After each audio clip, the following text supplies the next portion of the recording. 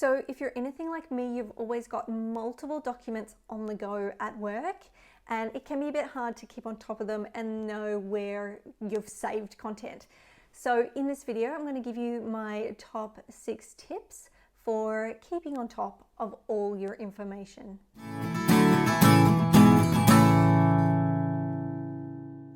So my first tip is to use the cloud. I don't know any company that doesn't use a cloud service, and yet I still know people who save documents down to their desktop. There's a couple of benefits from using the cloud. For one, it means that it's going to automatically save, so you're not going to do work and lose it.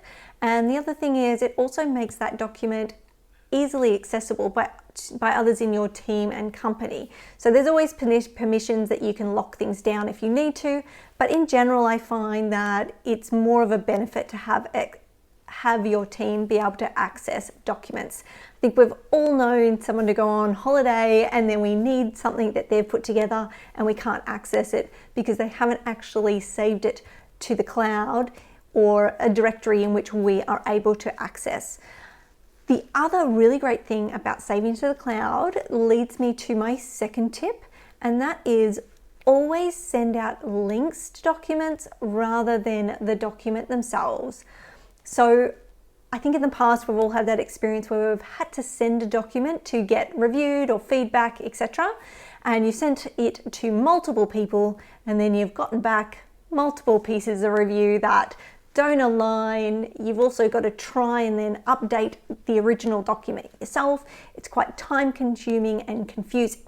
So the benefit also of having everyone access the same document means that they can see what other people have written and what their feedback is. So you're not stuck in the middle having two opposing pieces of feedback sent to you and having to figure that out. They can kind of do it themselves in the original document.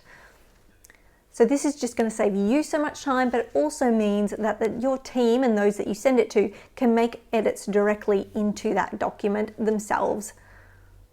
I also like it because it means I can make some sneaky edits in the background. Sometimes I know that I need to send something to someone and I know that they're not going to get to it straight away, but I do want to have it accessible to them while I maybe make some changes in the background. So I see that as a bit of a benefit as well.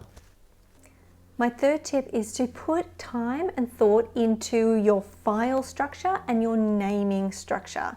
So this might seem really obvious, but when we're under pressure, it can be really easy to just save a document under any old name or document one, and then you can never find it again. So putting thought in upfront around where things will be saved is going to save you so much time when you go to save something, as well as what sort of naming structure you're going to give your files. The other benefit leads me to my fourth tip, and that is to always use search functionality within the applications that you use. So most tools, document repositories, etc. have great search functionalities, so use them. As I said before, it's going to all depend on how well you have named your documents, but we shouldn't be spending a lot of time trawling through file structures to find a particular file now. We have such great search functionality, so putting thought up front into how you name your files will make it way easier to then use the search functionality within the applications that you use. Speaking of systems functionality, that brings me to my fifth tip, and that is pin items. So within Microsoft, there is the ability to pin documents that you are currently working on or that you want to appear at the top.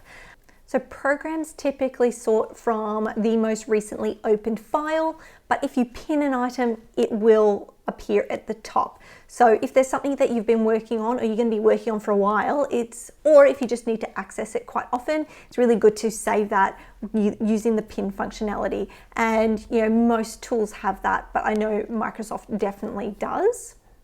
So even if you have opened documents since or created documents since then, those ones are going to stay up the top and be really quickly and easily accessible.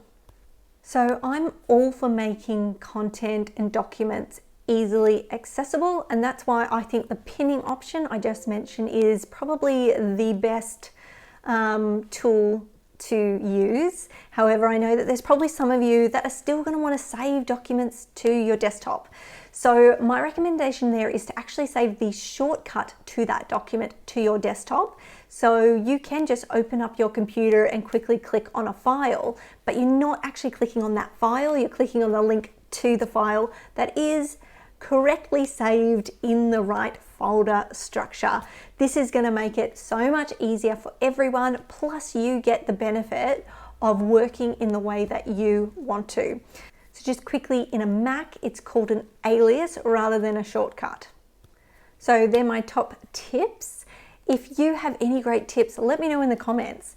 And as always, if you're really interested in understanding how you can better manage your information at work, at home, make sure that you subscribe to this channel.